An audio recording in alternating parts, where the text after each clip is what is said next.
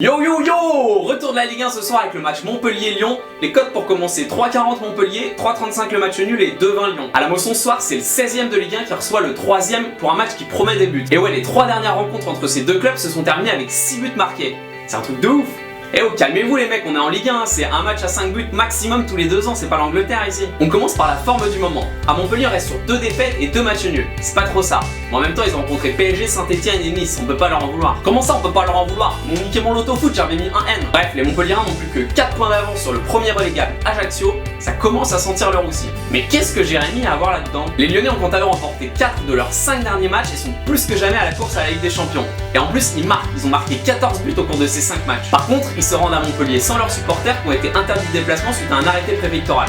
Je comprends, vu la rivalité historique entre les deux clubs. La préfecture, appelez vos collègues du Calvados, faut qu'ils pensent à faire jouer de Lorient-Compte demain à huis clos, sinon il y aura des morts. On passe au groupe. Le gardien Geoffrey Jourdain fait son retour, lui qui était blessé depuis août.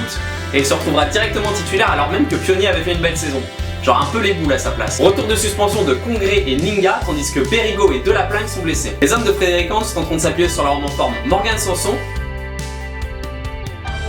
Bien sûr, l'actu de la semaine, c'est le retour de Nabil Fekir.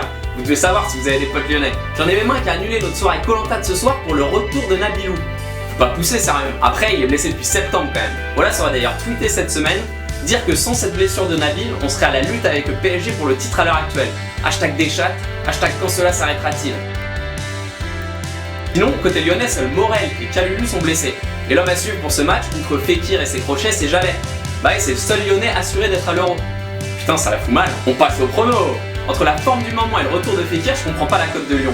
Bon ok, c'est la Ligue 1, tout peut arriver, mais bon là tous les indicateurs sont en vert pour une victoire lyonnaise. Je pronostique donc une victoire des hommes de Bruno Genesio pour une belle cote de 2,20. Pour une mise de 40€, j'encaisse 88€. Allez, maintenant que j'ai pronostiqué Lyon, j'annule Koh-Lanta moi aussi et je vais trembler à chaque touche de balle de Nabilou. Bon match à tous et toujours un grand merci, continuez à liker, partager, commenter et donner vos avis en commentaire, ça m'intéresse. Ciao!